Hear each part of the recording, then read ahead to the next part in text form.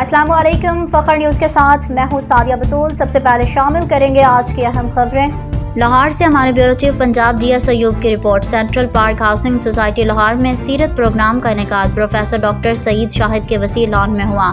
Society के अफराद ने बारिश के बावजूद बड़ी तादाद में शिरकत की। इस मौके पर तारिक नूर इलाही तबूकी फाजिल इस्लामी यूनिवर्सिटी अल रियाज ने हब नबी सल्लल्लाहु अलैहि वसल्लम के अमली तकाज़े उन्वान पर कुरान और सुन्नत और वाक़यात सीरत की रोशनी में गुफ्तगू की, जिसमें नबी रहमत की ज़िंदगी के मुताबिक ज़िंदगी बनाने और ज़ुबानी कलामी मोहब्बत से आगे बढ़कर आमाल नबी की रोशनी में नई ज़िंदगी तश्कील देने पर जोर दिया।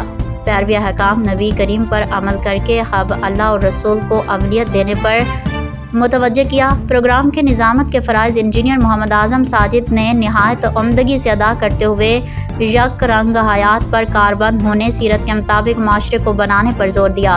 इब्तिदा में तिलावत कुरान हाफिज़ हमज़ा ने की। इख्तितामी कलमात में हाफिज़ अमजद अली ने कहा कि रब्बिल अव्वल का पैगाम ही अताअत मुस्तफ़ा अलैहिस्सलाम है। ये बात सारी ज़िंदगी हमारे पेश नज़र रहनी चाहिए।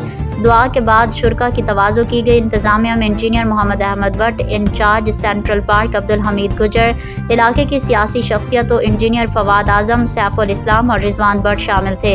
खसूसी शिरकत इमरान अकबर खान, एडवोकेट चौधरी हबीब राशिद, एडवोकेट गुलाम मुस्तफ़ा जट, आलमगीर खान, सलीम खान, हाफिज़ अमजद अली, मोहम्मद शकील, आस मोहम्मद और आतिफ अमीन और दीगर अहल सोसाइटी शामिल थे।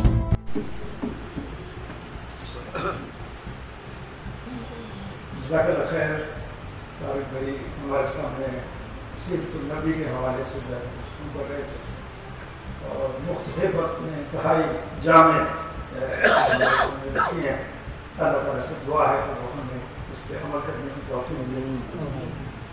दो बातें आपके सामने रखना चाहूँगा। एक तो जमात इस्लामी के हवाले से, जमात इस्लामी क्या कर रही है, क्या चाहती है। जमात इस्लामी की 3 नुकात हैं। पहला नुकता यह है कि हमने अपनी ज़िंदगी जो है अल्लाह और अल्लाह के रसूल के कहने के मुताबिक गुजारनी है। दूसरा नुकता यह है कि जो दोरंगी और मुनाफिकत है उसको छोड़ देना है।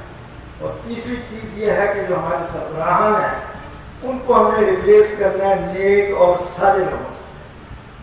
और दूसरी बात जो तारीख ने जिक्र की, कुरान के हल्के अल्हम्दुलिल्लाह सेंट्रल पार्क में भी और इर्द गिर्द कुरान के हल्के चल रहे हैं और स्टडी सर्कल भी चल रहे हैं।